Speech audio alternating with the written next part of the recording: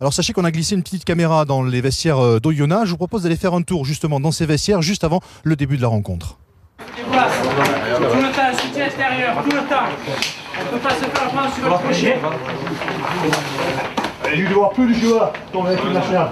Pierre, Christophe, Tiche, Scotty. Hein? Mais ça commence là.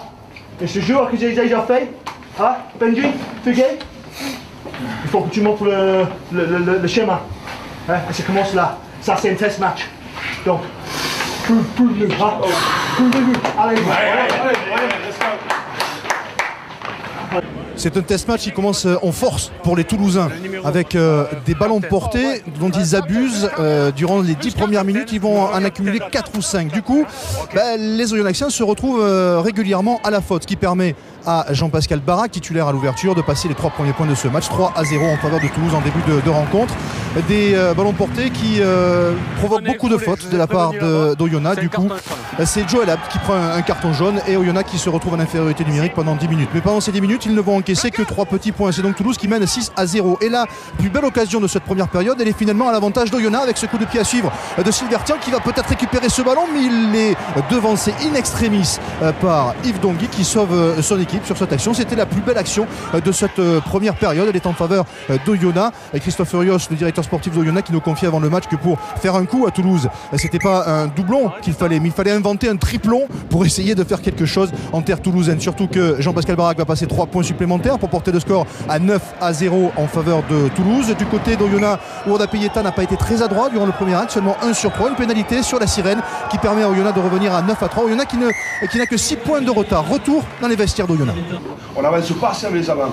On a le lancement, on avance, et le deuxième temps de jeu et le troisième, on n'avance plus. Il faut que le deuxième temps de jeu, on avance. Ok, premier temps de jeu, ok, deuxième temps de jeu, il faut avancer, et après ce sera plus facile. On n'avance pas assez, quoi. Ok, déplacez-vous plus vite. C'est dur pour eux. Ok, d'accord les gars? Oui. Oh, allez, il faut... Toulouse n'a que 6 points d'avance à l'issue des 40 premières minutes, donc ça a dû souffler également du côté toulousain qui met un petit peu plus de vitesse dans le début de cette seconde période, à l'image de Gillian Galland qui réussit à transpercer la défense d'Oyonnax. Osé Aguirre, lui, est repris à quelques mètres de la ligne, mais on va voir sur le ralenti qu'il aurait peut-être pu faire une passe de plus, parce qu'à ses côtés, d'abord la percée de Gillian Galland, mais à ses côtés il y avait Clément Poitrenaud qui offrait peut-être une solution. Vous le voyez ici à l'extrême gauche de votre écran. L'action ne va pas au bout. Toulouse ne mène que 9-3, toujours ces 6 petits points de retard pour Oyonnax, mais Christophe Furios lui est quand même inquiet vu le début de seconde période de son équipe.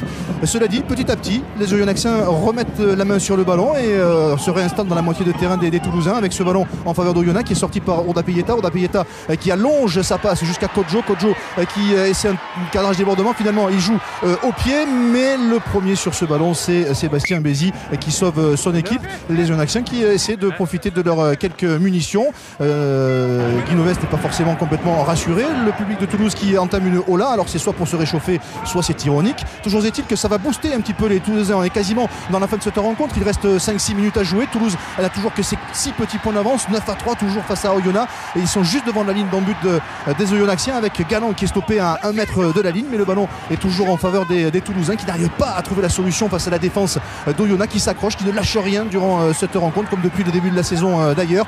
Ballon toujours en faveur des Toulousains qui tarde à sortir. Finalement on joue avec Edwin Maka qui est repoussé, qui est obligé de reculer, mais les Toulousains conservent la possession de cette balle avec Bézi à la manœuvre qui va écarter sur Barak pour Poitrenaud qui accélère, cadrage débordement, il glisse ce ballon à Yann David. Le voilà, le premier essai de cette rencontre.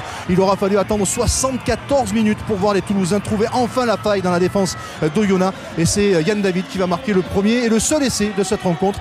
Toulouse qui s'impose au final petitement 14-3 face à Oyonnax, une petite victoire sans bonus offensif, sans bonus défensif également pour Oyonnax. Finalement c'est une victoire qui ne contente ni les uns ni les autres. On retient, oui, la victoire. Vous savez, quand on joue, on joue pour gagner. Donc on va évidemment retenir la victoire. Mais l'état d'esprit des mecs, on avait fait le choix justement de ne pas intégrer les internationaux au départ, de faire confiance aux garçons. Voilà, ça nous récompense aujourd'hui, ça les récompense à eux. Et puis ça va nous permettre peut-être d'aborder la suite maintenant avec un peu moins de pression.